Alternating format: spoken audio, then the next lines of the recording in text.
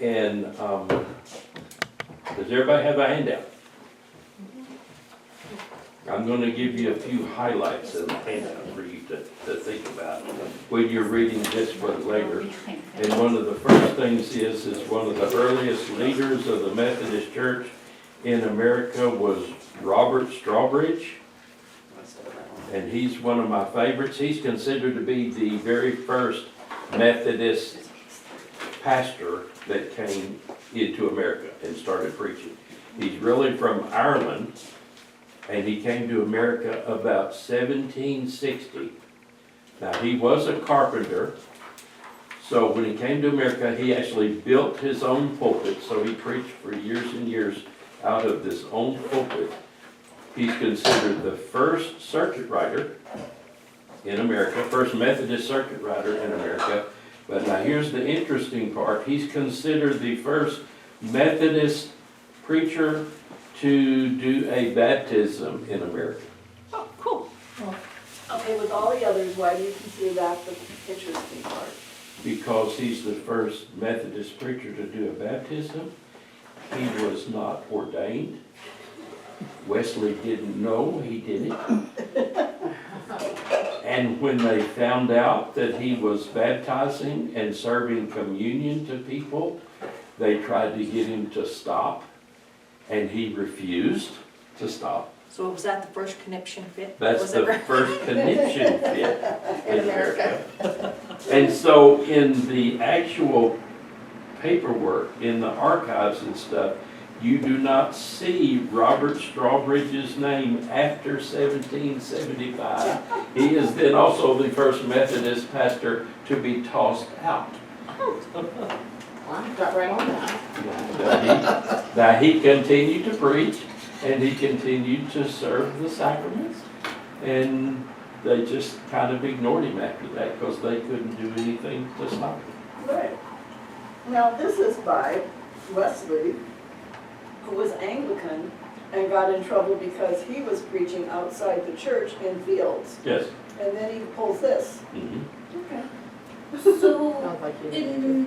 for the Methodists, are they appointed or are they selected by the congregation? The Methodists in England were mainly lay preachers that were just going around and preaching, and Methodists appointed them. He really wasn't supposed to, Yeah. because he was an Anglican priest. And Methodism was not a denomination, it was just a bunch of people getting together and calling themselves Methodist. And so Wesley was already in trouble. Not only did he go around and preach these wild sermons that got him tossed out of churches most of the time, but he's appointing these lay preachers, and then he's sending these lay preachers to America, and he's not supposed to be doing that. And then he's sending these lay preachers around and converting people, but Wesley would not serve a communion or baptize them. He told them to go to the local Anglican church to take communion and be baptized. But the Anglican priests were then refusing to serve communion or baptize the people if they came from a Methodist meeting. And so that ticked off Wesley. So Wesley started appointing all of these pastors over to America because the Anglican church would not send priests over to America. And so the next two that Wesley sent was Richard Boardman and Joseph Fillmore. That happened in 1769. And then 2 years after that, he sent Richard Wright and Francis Asbury. Now, Francis Asbury, that's another really interesting one because Francis Asbury was not ordained. He was a lay pastor as well. And so when Wesley sent him over here and he started doing a bunch of the supervising and everything, and Wesley decided we really need a priest over there. We really need an Anglican, ordained Anglican over there. So he sent Thomas Coke over there and told Thomas Coke to appoint Francis Asbury as a superintendent, even though he was not supposed to because he's not ordained. And then he said, well, maybe both of you need to be superintendents, even though Asbury was just a lay preacher, and Thomas Cope was an ordained priest. They got together and started, and they decided, well, let's just appoint each other bishops. So they appointed each other bishops. And then when Wesley found out about that, he had a connection fit, which is the second connection fit to go on. That we know of. And he wrote them this scathing letter, how dare you do this, you have no right to do this. You can call me a knave, you can call me a scoundrel, you can call me a thief, but don't ever call me a bishop. He said, how dare you call yourselves bishops? So they ordained each other as bishops. So all of a sudden, here Francis Asbury is now a bishop in the church, which technically doesn't exist yet. And then Francis Cope takes off to the West Indies and leaves Francis Asbury to do all this stuff by Living with themselves. arms. And you put those names together, you get Cokesbury. Uh-huh. Okay, now I want to back up a little bit. Are you anywhere at all on these handouts you gave us? Yeah, yes, I follow them. Yeah. Yeah, I just finished The bottom paragraph. the second paragraph in there. The second paragraph from the top. Right there? I think we're clear down here, where it talks about Thomas I Mason found and Francis Asbury Company there. Coke and, Yeah, now we're going to the last paragraph. In December 1784, the famous Christmas Conference of Preachers was held in Baltimore at Lovely Lane Chapel, and that is technically when they became a church against John Wesley's wishes. So this 1784 was the beginning of the end for John Wesley. They were essentially disassociating themselves from John Wesley at this time. And he's really mad now because he's lost control of this crazy church in America that's just decided to become a denomination. And so, well, then he and the king were good friends then, huh? Because they were both losing control at that time. yeah, they pretty well. Yeah, Charles II about that time, they were getting along. Just so, because I've missed a bit, John Wesley is the founder of Methodism. Yes, And when they came to America, they left him per se. yes. Okay, I'm just making sure. They still pretended like he was in charge, but, you know, gradually, Yes. his power just got less and less and less. Okay. Okay, now I'm gonna flip to the other side, to some more interesting stuff. There's a fellow here, Philip William Otterbein and Marlin Boheme. One of them was a German Reformed pastor and the other one was a Mennonite. They started the Church of the United Brethren in Christ in America. Okay, Otterbein actually went to the Christmas conference, and when Asbury got ordained, he wasn't supposed to. Otterbein was one of the ones that laid hands on him. So that's how close we started out with the United Brethren in Christ. There is they don't call it this anymore, but there's a United Brethren in Christ Church in Philomath. And it is that church that started the Philomath College. Oh, okay. Actually, they started, Central Oregon. yeah, I'm not sure if I got this straight or not. They started That's the like what else? They started the College of Philomath. Then the United Brethren in Christ split into two different Brethren churches. And the other group started the Philomath College, which is right across the tracks from the College of Philomath. Now, you were in Philomath, right? Yeah, I was in Philomath, and Lisa and I have been, the first one, which is the College of Philomath, is now the museum. And we've been in there all the time. We've done all kinds of stuff in the museum.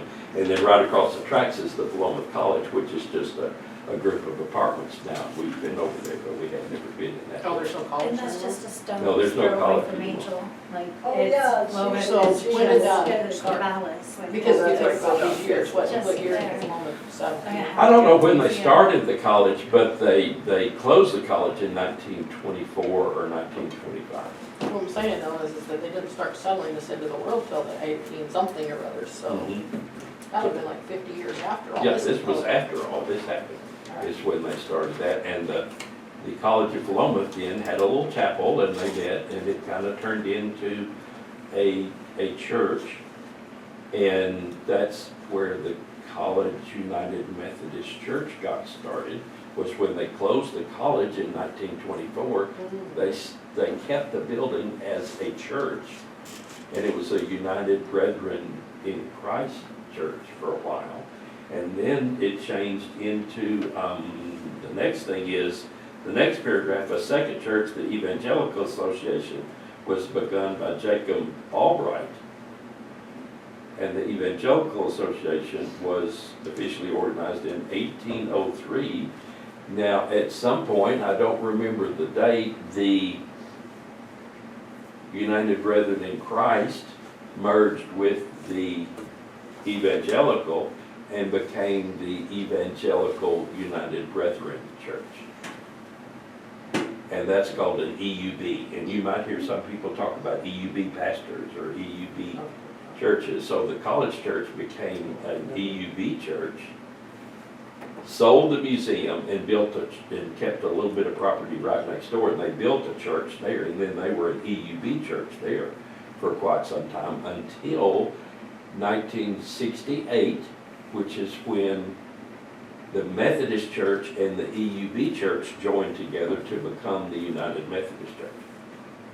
When did they come up with the name Methodist?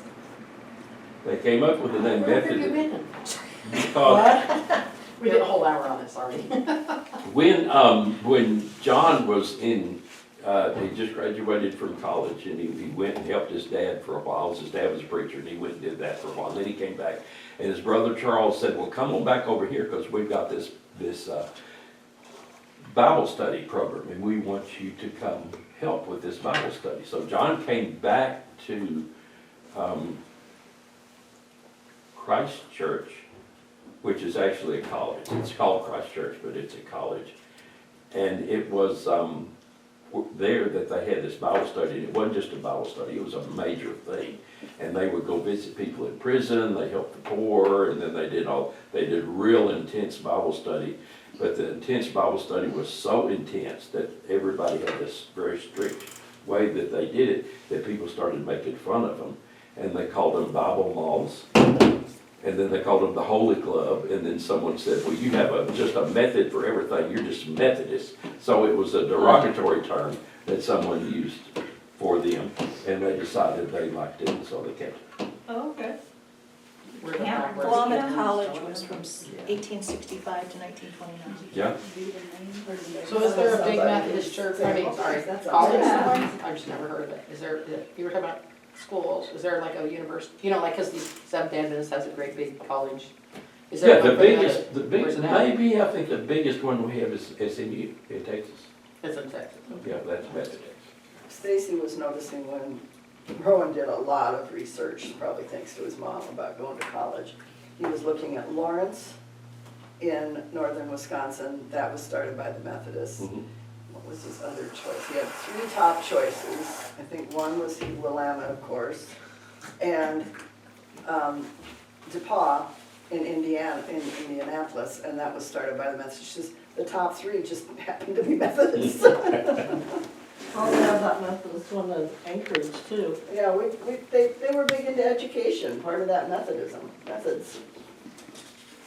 There's something, I didn't have it on my copy, so I've got to get one of these copies. Now, at the end of all that, this is what, when it started here in America, it was called the Methodist Episcopal Church. Episcopal just means that you have bishops that are in charge of it. So they had to appoint bishops, I mean, it says it. Mhm. So then, what happened, and also at the, Richard Allen was at the Christmas conference, but Richard Allen was black. Richard Allen and one of his buddies were in church one time, and all the blacks had to sit in the balcony. And Richard Allen and his friend were downstairs talking and everything, and they decided to have church, so they just sat down. And one of the ushers came over. you're not allowed. You have to go up into the balcony. And Richard Allen got up and looked at all the others, friends of his, up in the balcony. They looked at each other, they nodded, they all walked out, and they started the African Methodist Episcopal Church. So that's how that one got started, was when Richard Allen got tossed out of a regular Methodist Episcopal Church. And then they had another group that started, the African Methodist Episcopal Zion Church. AME. All these churches y'all don't see here, they're all over Arkansas. I mean, I worshiped in these churches. And then in 1830, the Methodist Protestant church left because they didn't think they were letting the lay people do enough. Then the Wesleyan Methodist Church of America was formed in 1843 over the stance on slavery.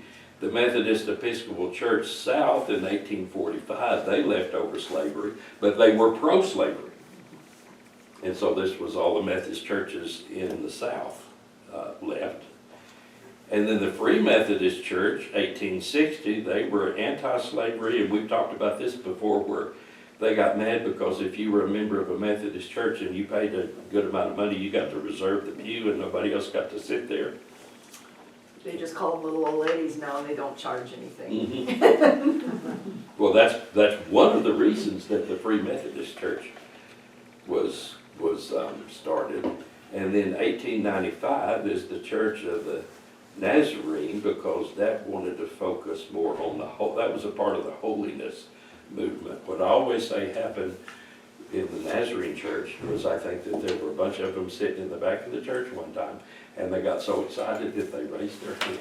And when they raised their hand, all the other people in the Methodist church turned around and looked at them, and they just went, and walked out. And that's how the Nazarene church got started. That's my story anyway. Yeah, I always believe his story. Yeah. And then I've got and the last thing that has happened lately has been the Global Methodist Church, which started in 2022, which left over the disagreements over the ordination of LGBTQ clergy and same-sex marriage. And we've lost some members to that one. So we look at this and we say, oh my goodness, the churches have disaffiliated. They've started a new denomination, the Global Methodist Church. This has never happened before. It happens all the time. This is pretty standard for us Methodists to do things like What this. happened in 1968? Did we cover that? What's that? What happened in 1968? Did we cover that? 1968 is when the EUB Church and the Methodist Church joined together to form the United Methodist Church. That wasn't a breaking away, that was a joining. So united is not, we don't use the word united because the two groups came together. We use the term united because it was the Evangelical United Brethren, and we wanted to use that word united in the name. So that's why we've got united in our name.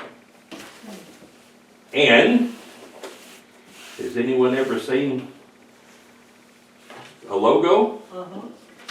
The logo has two flames.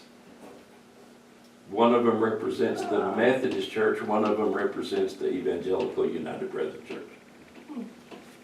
And all that happened in 1968. You know, you talk about things that can be hard on one culture that another culture doesn't even think of.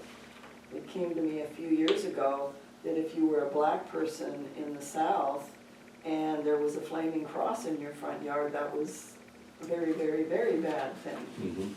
And that's our symbol, and we certainly don't mean it that way, but. There was a movement that came through to remove the logo from the United Methodist Church because it offended so many people. Yeah. And they talked about it for a long time, and they finally decided, well, that's not what it means, so get over it. Very good. Which is an easy thing to say unless your brother or your father was hauled away under one of those crosses. No, and I get that, but I know, it's hard. But to change something that has been for to fit a different narrative. When did they adopt that logo? I guess that is, Somewhere around 68. oh, so maybe not very good, because. I had an idea of where you were going, that that Yeah, logo but- was around for like 100 years. Yeah, like if it had a stance beforehand, but then perhaps not if it was. They didn't look at it that way when they had it. We hope we didn't. I mean, we don't know the politics, but we assume that nobody would ever mean that and let it carry through. Mhm. Well, Yeah, there's a lot of things that was done in the Methodist name. Yeah, oh, definitely. KKK. Why do you wasn't all think they good. kept carrying the name?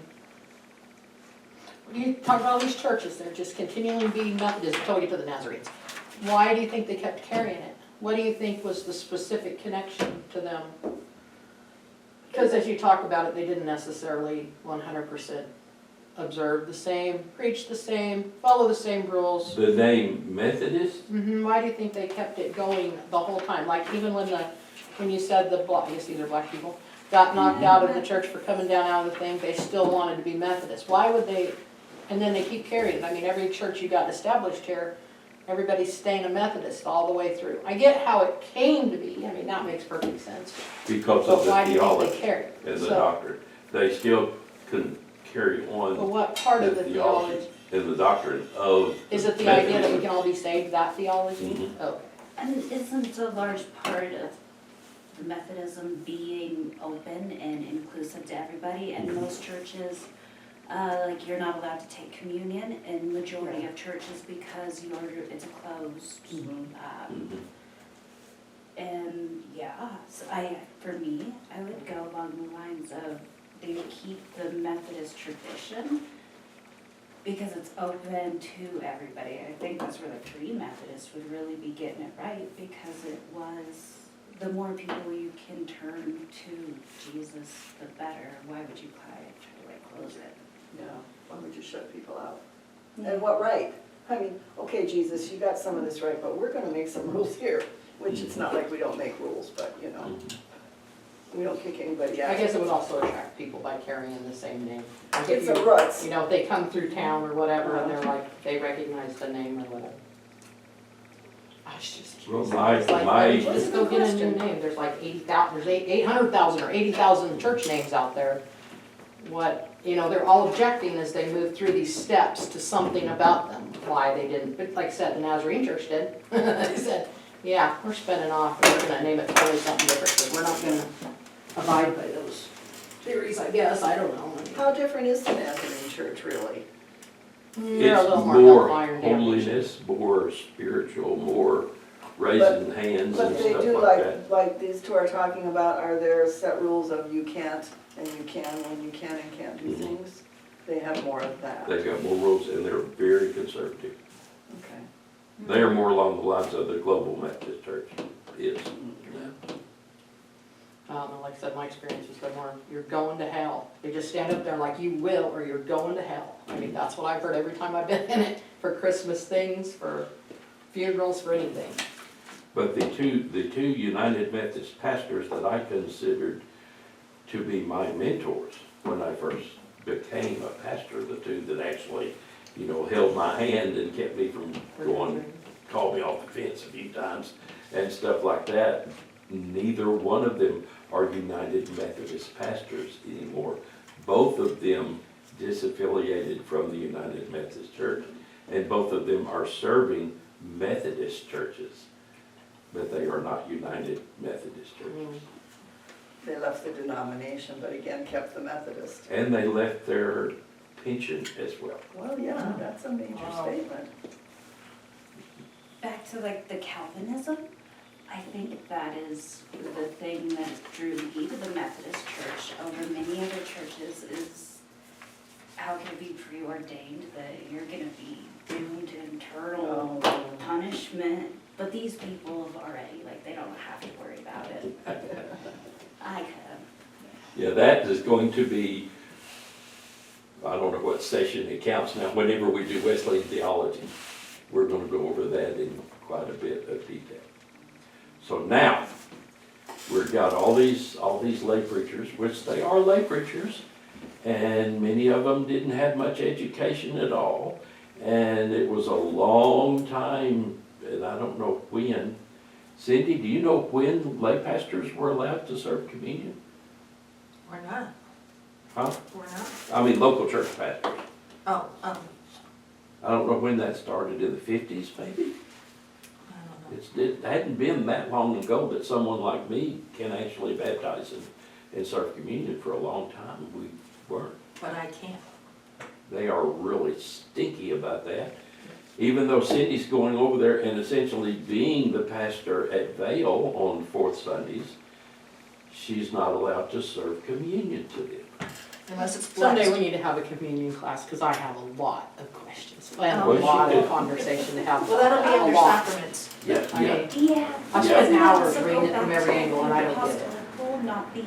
Yeah, we're gonna cover a lot of that. I'm getting in the weeds too much on that, so we're gonna go ahead and do He's this. gonna make us change. We're gonna talk about how things got started, and the biggest thing, what got started was all of these lay pastors got sent over here, and they put them on a horse, and they said, go out and preach, and they had 6, 8 churches, and they just get on their horse and go, and then the one in charge of them, who has had less training than I've ever had, yet he was a bishop in the Methodist Episcopal Church and appointed all these pastors and everything, so he is also one of my heroes, and we're gonna hear about him now. Francis Asbury.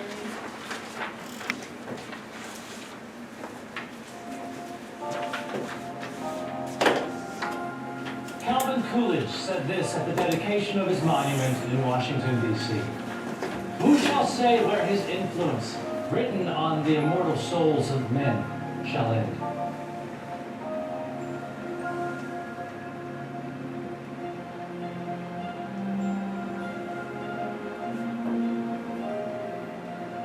Lincoln heard of him in his youth. Adams and Jefferson must have known him. And Jackson must have seen in him a flame spirit as unconquerable as his own. He is entitled to rank as one of the builders of our nation. And that flame spirit began his career here. St. George's Chapel in Philadelphia, the cradle of American Methodism, and the denomination's oldest church in continuous use. What happened here more than 240 years ago would transform religion in America. Francis Asbury, after a 53-day, 3,600-mile ocean voyage from England, was received in this chapel in October 1771. Asbury, the architect of the Methodist Church in the States and the first bishop of the Methodist Church in America, started his career right here. And he never returned to England. Asbury wrote in his journal, "We were brought in the evening to a large church, where we met a considerable congregation.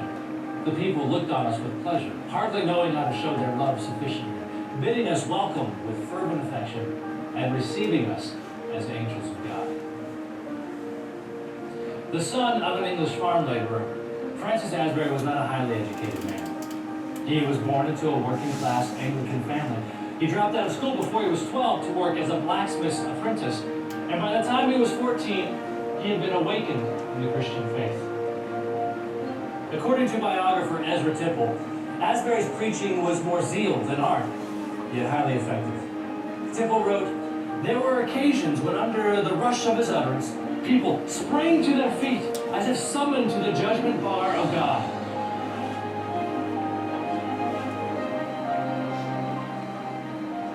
Within days of being received by the St. George's congregation, he went into the mission field. He preached everywhere he could, pushing himself so hard that he fell ill that first winter in America. This was the beginning of a pattern.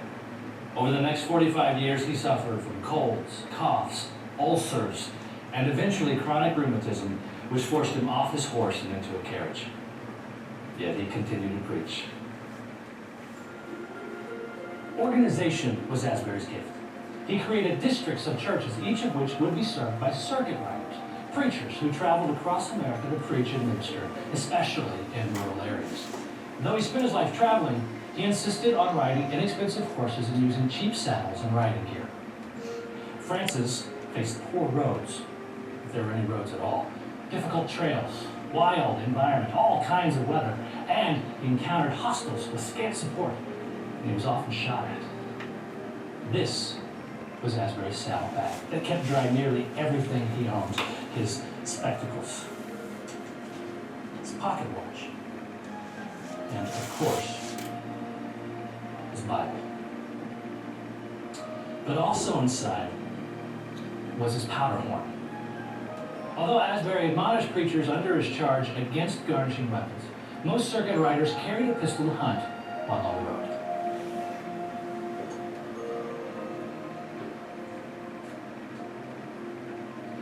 Asbury hated slavery and petitioned George Washington to enact anti-slavery legislation. He wrote in his journal, "O Lord, banish the infernal spirit of slavery from thy dear Zion." He also ordained Richard Allen, the first African-American Methodist preacher and the founder of the African Methodist Episcopal Church. In 2016, a stamp honoring Allen was issued by the United States Postal Service. Asbury had the numbers to prove he was the ultimate leader and circuit rider. With no home of his own and never marrying, Asbury was always in the saddle. For 41 years, he rode on horseback nearly 300,000 miles, preached 16,000 sermons, and ordained 4,000 ministers. And while bishop, the ratio growth of Methodism outpaced the growth of the U.S. population. But those impressive numbers would never have been possible without a special meeting that occurred 13 years after being received in Philadelphia.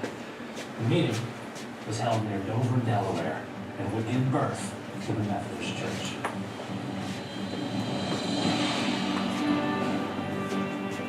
Barrett's Chapel in Delaware. It's here that Asbury met with Thomas Coke in November 1784. Coke, the first Methodist bishop from England, would explain to Francis that John Wesley, the founder of Methodism, had given authority to him to ordain Asbury. However, Asbury, catching the spirit of democracy in the new country, suggested that his ordination should occur and be approved by the whole American connection of Methodist preachers. At Barrett's Chapel, Asbury and Coke planned a meeting, of course, to be convened in Baltimore. Asbury summoned all Methodist preachers to Lovely Lane Chapel, just a day's ride by horseback from Barrett's. At Lovely Lane, Thomas Coke ordained Asbury as deacon, then elder, and finally superintendent, which was later changed to the more biblical title of bishop, the first Methodist bishop in America. The conference would be dubbed the Christmas Conference and would give birth to the Methodist Episcopal Church, known today as the United Methodist Church. Asbury died in 1860, pushing himself to the end. By the time of his death, the church had grown to 200,000, and by the Civil War, American Methodists numbered 1.5 million. He is an inspiration to all of us as United Methodists. What was in Asbury's spirit that can guide us into and across the new frontiers facing the United Methodist Church today?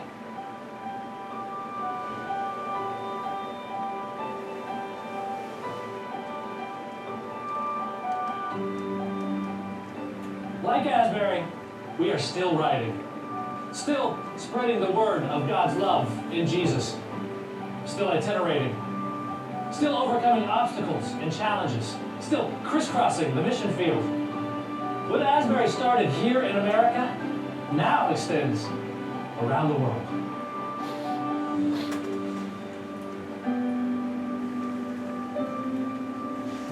I'm sorry, I didn't text you earlier.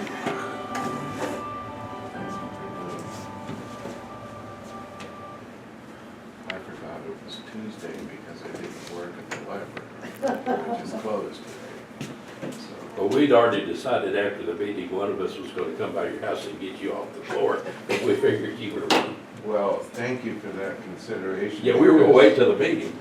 I do fall. I couldn't wait, so I texted him, and like, are you Oh, okay, you were missing your checked class. checked up on it. Okay, so that's how everything started. And it started in the little, small country churches, which is where I have a special affinity because I did spend 25 years preaching in little, small country churches. And the country churches in this next video look just like the churches that I used to preach at. One of them looks exactly like a church I used to preach at. The only difference was the one in here doesn't have an outhouse off to one side, and the one that I went to used to have an outhouse. Well, when he climbed those stairs to get up to the pulpit, I understood why Methodists do not sit in the front row. He did it like this. We almost have the same thing here. I was thinking of his rheumatism when you mentioned that, Mhm. those high altars. But you didn't have any kind of a speaking system. You would need to project. Mhm. And plus they came from, I mean, we've been to Europe and there's just ornate altars. And by preaching from that high, all the people up in the balconies could see him too. That's true. But still. Balcony is a better seat maybe. Well, we're gonna talk about the churches first, and then we're gonna have a couple of videos that are gonna talk about the circuit riders. Could I ask a question? I'm a little bit confused over all of these sects of Methodism. Am I to assume that really the only concept that binds all of these together is the notion that Wesley said salvation is available to all people? You're good, Robert, we just discussed that. Yeah, that's, Oh, they consider themselves Methodist still, I see. just not whichever branch of the Methodist Okay. church that they them. I'm so sorry to be late. No problem. Now let's talk about the churches.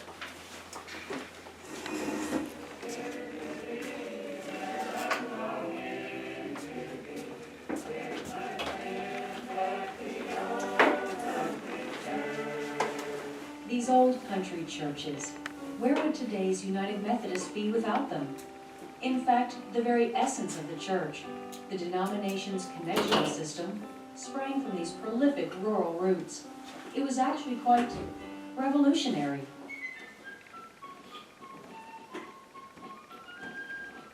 The American Revolution was in its infancy when Methodism took its first steps on the continent, usually from the back of a horse. If I can only be instrumental in the conversion of one soul in traveling around the continent, I'll travel around till I die. In 1771, Francis Asbury answered founder John Wesley's call to bring the gospel to America's untamed frontier. For 45 years, the premier bishop of American Methodism traveled the backcountry from Maine to Georgia. Thousands of miles, through treacherous conditions, shunned by those who did not want to hear about God. But along the way, Asbury saved souls, planted parishes, and mobilized ministers. On October 14, 1803, Francis Asbury wrote, What a road we have passed. Certainly the worst on the whole continent, even in the best of weather. Yet as bad as it was, there were 400 or 500 crossing the rude hills while we were. We must take care to send preachers after these people. and Asbury sent saddlebag sermonizers across the land. You see, in the late 1700s, 96% of America was rural. The traveling preachers camped out, many times without fire or food, armed sparingly with a musket, their pocket Bible, and hymnal. Peter Cartwright, 1856. It is true we could not, many of us, conjugate a verb or parse a sentence, and murdered the King's English almost every lip. But there was a divine unction attended in the word preached, and thousands filled with the mighty power of God.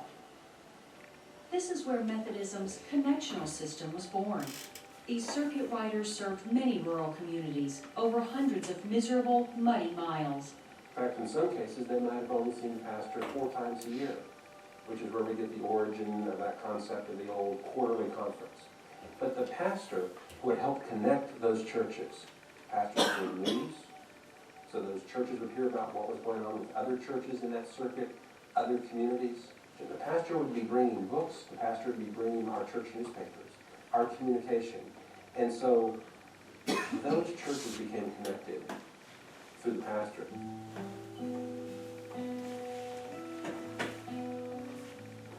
But with each haggard hoofbeat, adversity lurked in the shadows.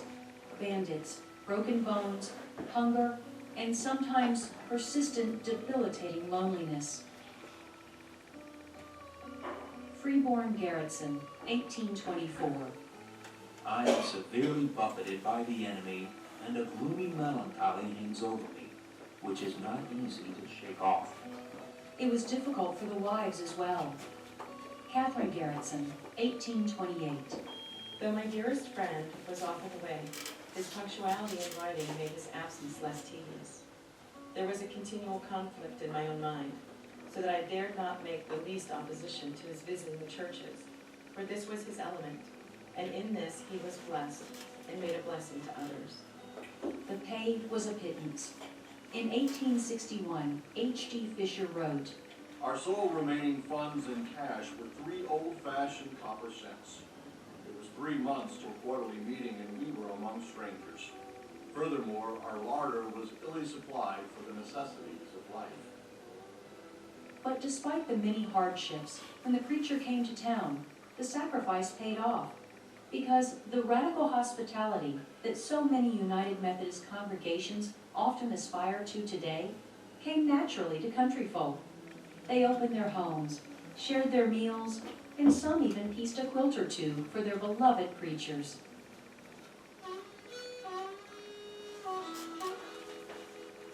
The growth of the Methodist Church mirrored the growth of the United States. At the intersection of backwoods and boondocks, simple sanctuaries began to emerge.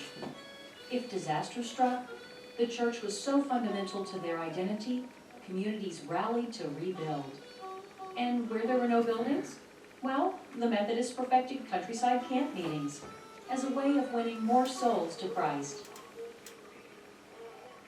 We became a church that was spread across the country, mostly small community churches. Districts and conferences matured.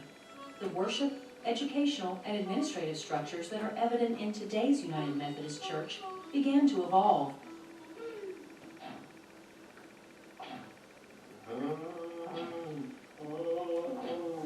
Among the slaves working the plantation fields, Methodist preachers sowed the seeds of faith.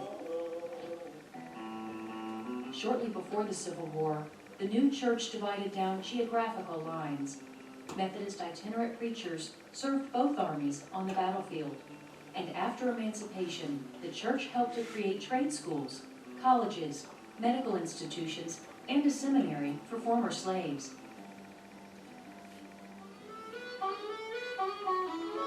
When Congress passed the Homestead Act in 1864, Methodist missionaries followed the masses across the new frontier, staking a claim on the righteous.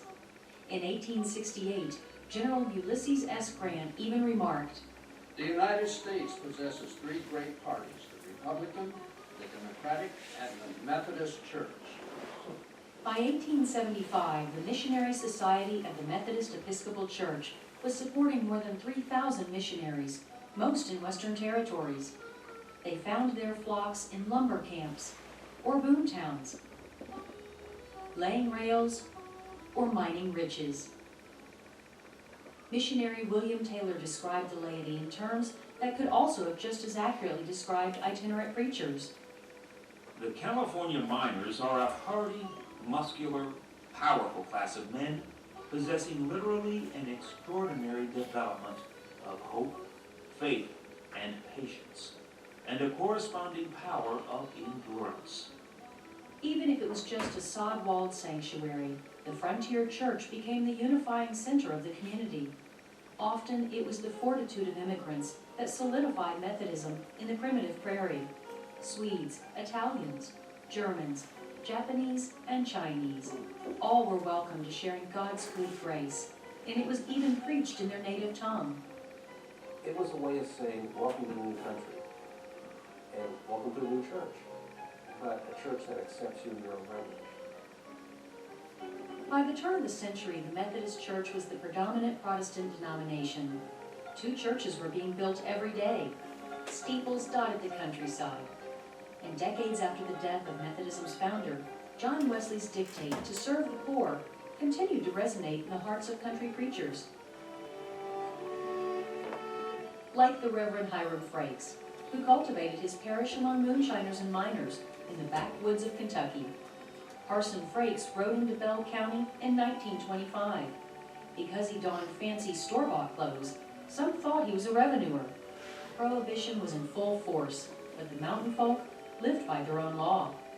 Still, over the course of 40 years, Parson Frakes won hearts and souls in these Cumberland mountains. He established a church, a school, and a post office on land donated by a moonshiner.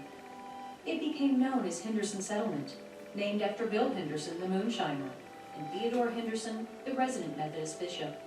And it was the embodiment of Methodism's call to put faith into action. In 1975, the Reverend Ross Mars wrote of the legendary preacher, Hiram had no children of his own, yet he said he raised 5,000. Asked how many made good, he answered, all of them. Some of them became doctors, teachers, dentists, professors, army officers, and nurses.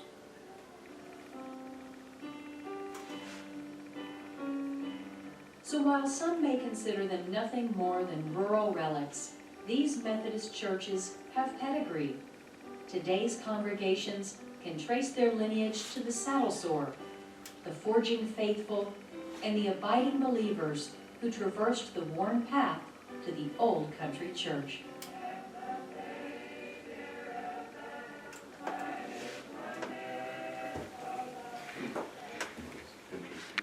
One of the things that happened during this time before they were building the buildings and they started having the brush arbor meetings, the outside church where they met under a grove of trees and people would come in their wagons and it would last 2 or 3 days and they would circle their wagons around where the meeting was taking place. And then the slaves were allowed to come, but they had to stay back in the back. And down in the front, one of the things that they always did was they would always dig a big pit off to one side and fill it full of hay. And that was for the people that got the Holy Spirit so much that they fell down and started flopping like a fish. And that way they had that pit to take them and throw them in so they wouldn't hurt themselves. That was nice of them. Yeah, that's that. And as far as I'm concerned, the holiness movement of the Methodist Church began to die about 1940 or 1950 or so, when they started plugging in the organ, and they put away the Cokesbury hymnals, and they printed the first United Methodist hymnal, and then they started having Sunday school, and the focus then no longer was on the spirit of Christianity, it became on the education of Christianity. Mm. Which interestingly is where it started, the classes that Wesley, was part of when he was in England. But America changed Wesleyanism Yeah. severely, and then it kind of went back again. But I think that's 2 things I think are killing the church. Number one was when they stopped being emotional about it, and number 2 is the liberalism that came from Germany about the It's hard to picture Germany as liberalism. Yeah, that's where the liberalism came from. And Bible criticism and a lot of things that are too deep. Now let's talk about circuit riders. But y'all got something else? Well, you great-grandfather was one of those circuit riders. One of those circuit riders? Yeah, he rode from horseback from Ann Arbor, Michigan to Pasadena, California, Wow. spreading the word. And I did hear that on the circuit riders, they rode horses, they had boots. They did not have left side and right side boots. The boots would fit on either foot. And the reason they had that was because when they rode enough that they wore out the inside of the boots, they could change boots. It's like rotating your tires, huh? Yeah. Okay, thank you. We must reach every section of America, especially the raw frontiers. We must not be afraid of men, devils, wild animals, or disease. Our motto must always be forward. Methodist church records from 1844 record a church membership of over 1 million, with 4,000 ministers riding circuits in the U.S. These preachers spreading the word were a different breed, says historian Dale Patterson. When you started across the Appalachians, or even across the Potomac, you could travel days before you got to a town, a day or so from one farm to the next. And once you got into the frontier, it was even more lonely. Some of their mementos give us a glimpse into their unusual circumstances. In his lap desk, you can see that he had to carry everything he needed. Fishing lines in case he needed to go fishing, wax to seal letters, even bleeding instruments are here. Barbara Deffen curates the collection found at historic Barrett's Chapel. We have Ezekiel Cooper's lap desk. There's also 2 hidden drawers in the desk in which we found letters from women proposing marriage to him. He cut out their names, so we're not exactly sure who they were. Typically, circuit riders traveled 200 to 500-mile routes on horseback. At times, they preached every day.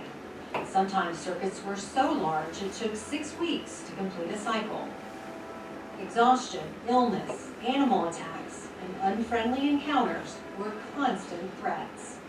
I was pursued by the wicked, knocked down, and left almost dead on the highway, my face scarred and bleeding, and then imprisoned. Days and nights were spent in the elements, hunting or fishing for food, and depending on the hospitality of strangers. Circuit riders had to spend the nights with any family that would put them up, eat whatever was available to eat. John Talley's diary recalls a meal shared by a family he stayed with. Fed upon musty cornbread and the tough lungs of a deer fried in rancid bacon grease, and corn coffee sweetened with syrup.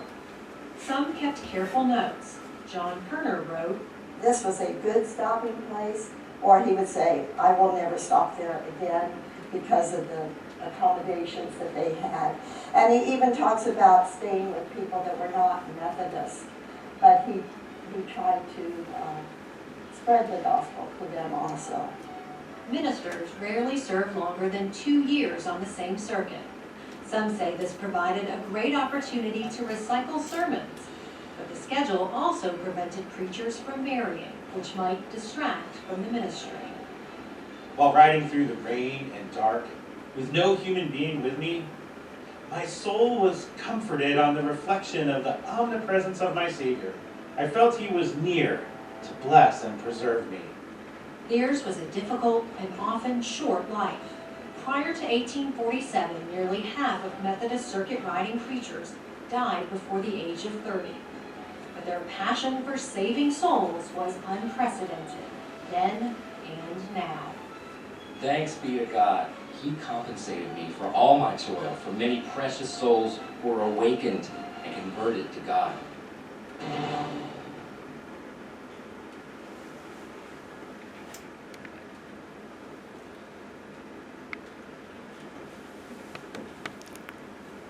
So, 2 things that we still see today that came from this period is, number one, the prevalence of lay preachers.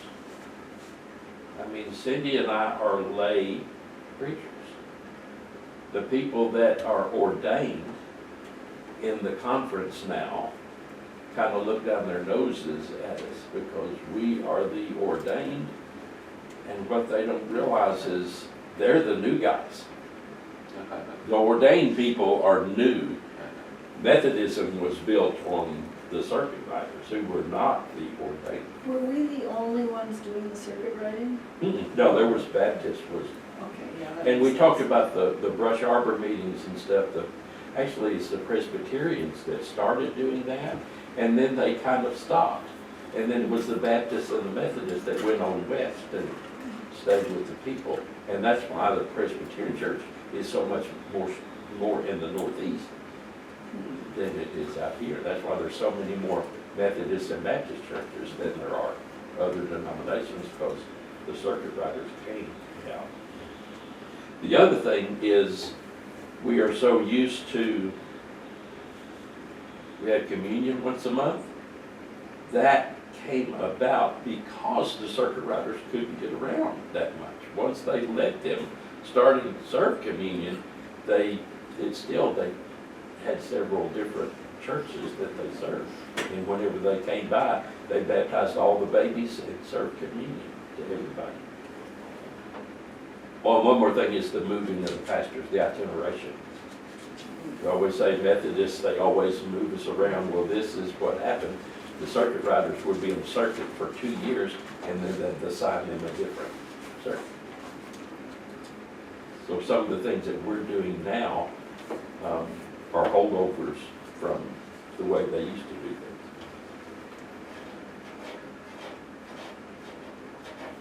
Have I got two more? I've got two more. And these are other things that happened because of the Methodist Church.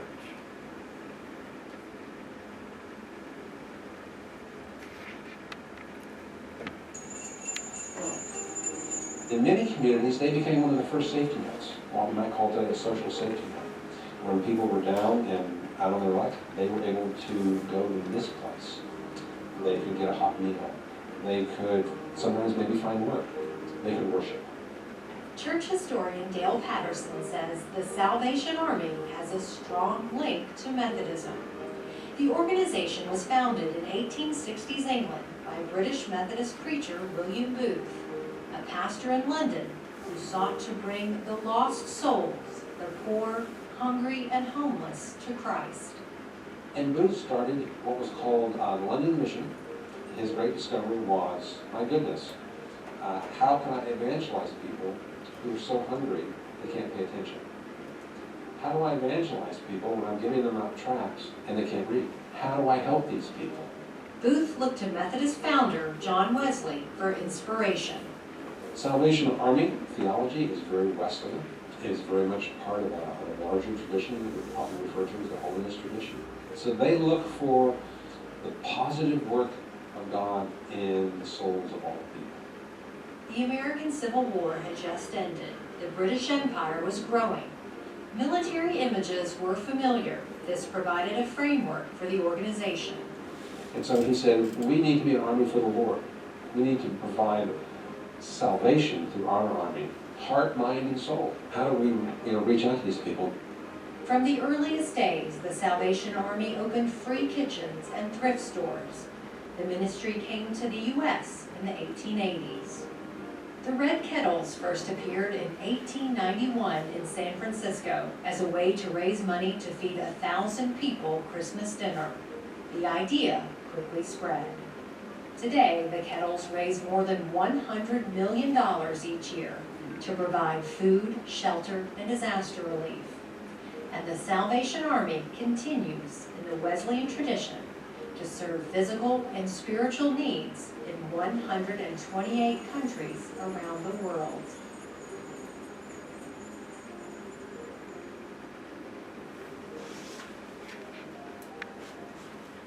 So that's one of the things that came out of the Methodist Church.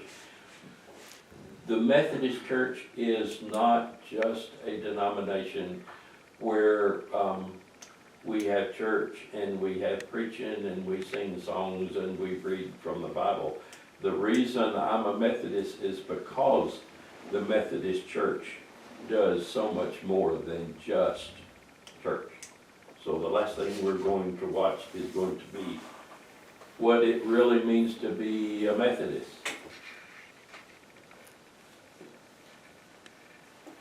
They never learned to read and write, but learned to spin and spoon.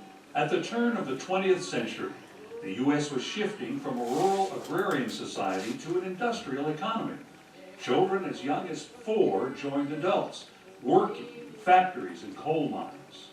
In 1908, the Methodist Church took a stand for the rights of workers with a social creed that called for an end to child labor, a fair wage, and safety standards. In 1912, Teddy Roosevelt was quoting much of the content of the Social Creed, which was 4 years after the Social Creed had been written. The idea of a denomination setting these ideals in writing was groundbreaking, but the principles had a long history. Actually, the predecessor bodies of the United Methodist Church had for over 100 years had statements on peace, on world order, anti-slavery, fairness for all. So our history since the time of Wesley, really, there were always statements in the books of discipline about the Methodist commitments to social holiness and to justice. So it's never not been there.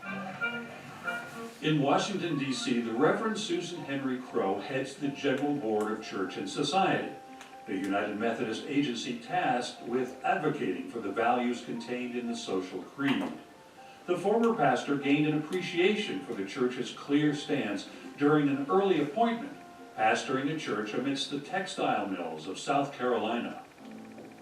I was visiting one of my parishioners, several of whom worked in the textile mill right beside the church, and he was standing in ankle-high water. And I said, "Mr. Smith, what happened today?" And he said, "Oh, this is normal." And I was so shaken by it. Today, Henry Crow's office overlooks the Supreme Court and is just steps from the U.S. Capitol. As members of Congress come to work every day, they walk by this building and see what our witness is. Labor conditions in America have changed over a century, but there's still a need for people of faith to embrace the United Methodist Social Creed, says Church and Society's John Hill. We have been calling for a living wage in every industry since 1908, and I reflect on both how inspiring that is and how frustrating that is. We take faithful positions on a number of issues, and then our job is to make sure that those words don't just gather dust on a shelf somewhere, that we live them out in our lives, and that we challenge those systems that prevent them from being realized in the world.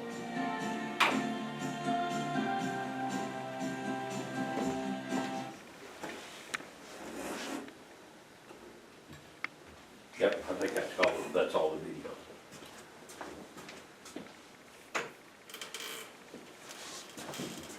Let there be light.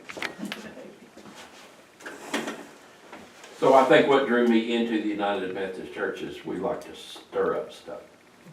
We like to cause trouble. If we see something that we don't like, we like to have some. We always have something to say about it.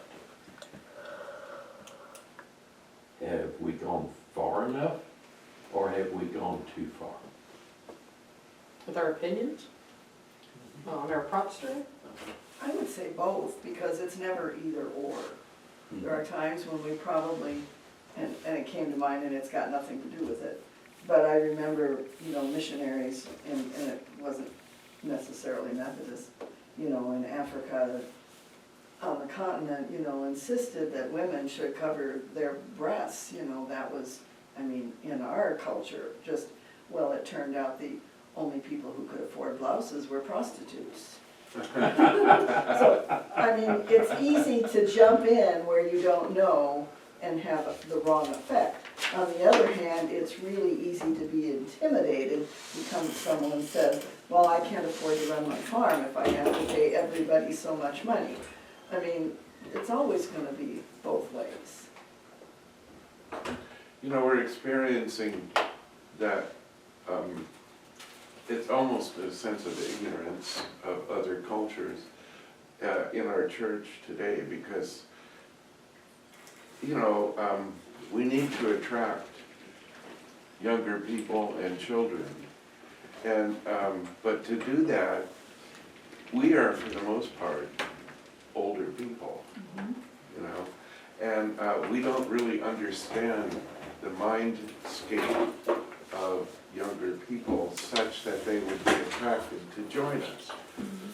So that's something we need to overcome. Well, and in some ways, it's a turnoff. When a dad tries to act like his teenage son, the son is rolling his eyes.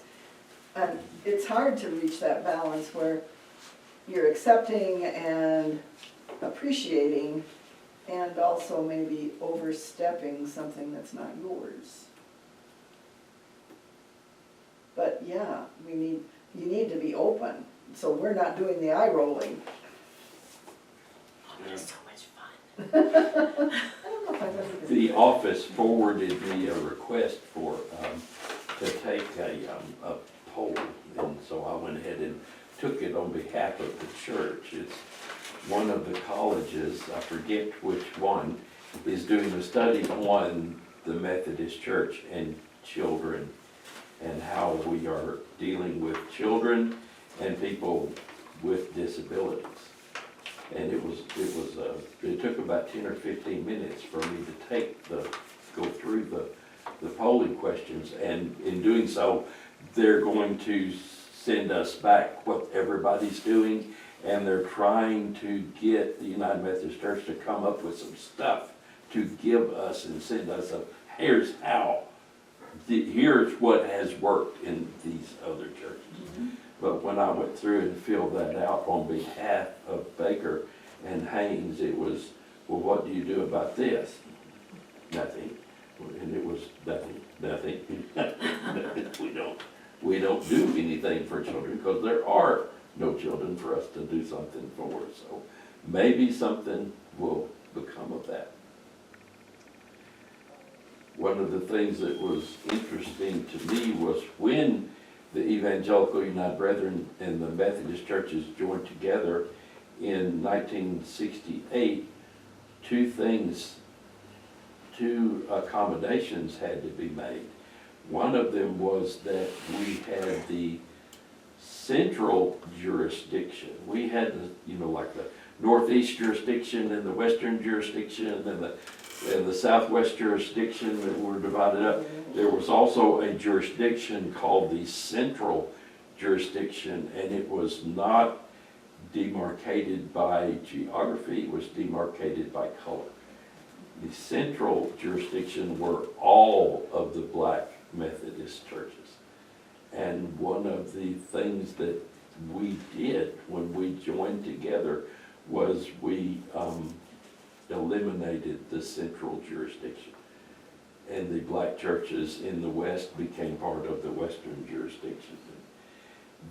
Another adjustment that the Evangelical United Brethren took at the Union in 1968, and there was quite a bit of consternation and debate about that, and that is there were no female Evangelical United Brethren pastors, and they did not want any, but when they joined in the United Methodist Church, they had to accept that the female Methodist pastors were now United Methodist pastors, and the old EUB had to drop their prohibition on female.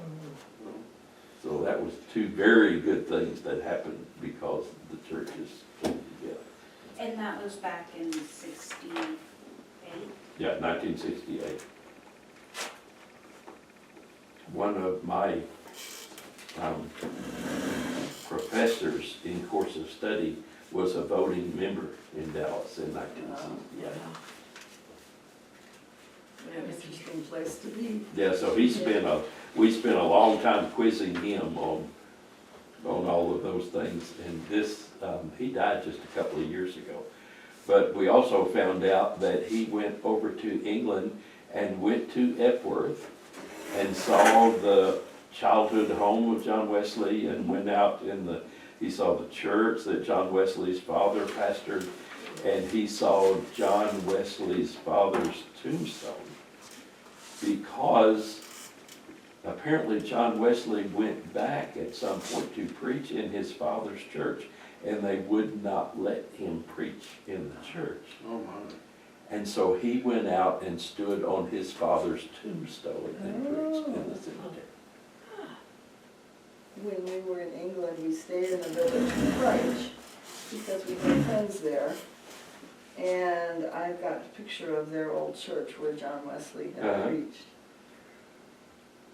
Someplace among all of the pictures. Well, this guy went and saw John Wesley's father's tombstone, and we preached. asked him, "Did you stand on it?" Oh. And he said, "No, I did not." I have trouble in a cemetery knowing which side of the tombstone you're supposed to walk on. Yeah.